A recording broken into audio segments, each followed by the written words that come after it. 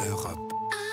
Europe 1. Les pourquoi de l'actu, Philippe Vandel. Alors, pourquoi on n'arrive jamais à relire les ordonnances des médecins? J'ai donné la réponse tout à l'heure parce qu'ils écrivent mal, mais vous en avez une autre de réponse. Mais oui, c'est le grand classique avec les ordonnances, vous essayez de la relire et vous vous dites waouh, qu'est-ce qu'il a écrit? On a l'impression de lire un test de graphologie pour faire entrer l'accusé. Les pharmaciens savent. Oui, les exactement. lire. Alors C'est je dis juste, oui, important. sauf que si le pharmacien n'avait pas noté sur la boîte ce qu'il fallait prendre et combien, on était mort. Oui. Et Parfois, les même pharmaciens devenu- écrivent mal et on n'arrive pas à relire ce qu'il y a sur la boîte. Ah, vous n'êtes pas un bon pharmacien. Moi, j'arrive à relire. En même temps, je suis jamais malade. Mais c'est devenu une expression, avoir une écriture de médecin. On va le faire Alors en pourquoi? sketch. Pourquoi? C'est une coquetterie ou alors ils souhaitent pas qu'on comprenne ce qu'ils écrivent? Pas du tout. Les médecins laissent courir la plume car d'abord ils s'adressent à un autre professionnel. Ils savent que leurs pattes de mouche vont être comprises du collègue car les traitements et les noms des médicaments sont parfaitement connus des pharmaciens. Ils n'ont pas besoin de noter le mot entier, ils piochent dans un vocabulaire limité. Par exemple, si le pharmacien parvient à déchiffrer un D suivi d'un O, d'un L et d'un I, pas besoin de lire la suite, il sait que c'est du Doliprane, parce que les marques Doliprate et Doliprune n'existent pas.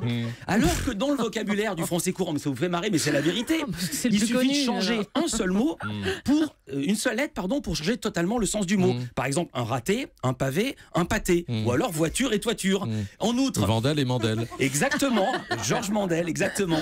En outre, les pharmaciens, ce sont des professionnels, ils ont fait 6 ans d'études, donc ils connaissent le contexte de la maladie. Ils vont pas vous prescrire des gouttes dans l'œil pour des hémorroïdes. Et non, Et mais en c'est- matière de gouttes dans l'œil, vous en savez quelque chose? les hémorroïdes non plus.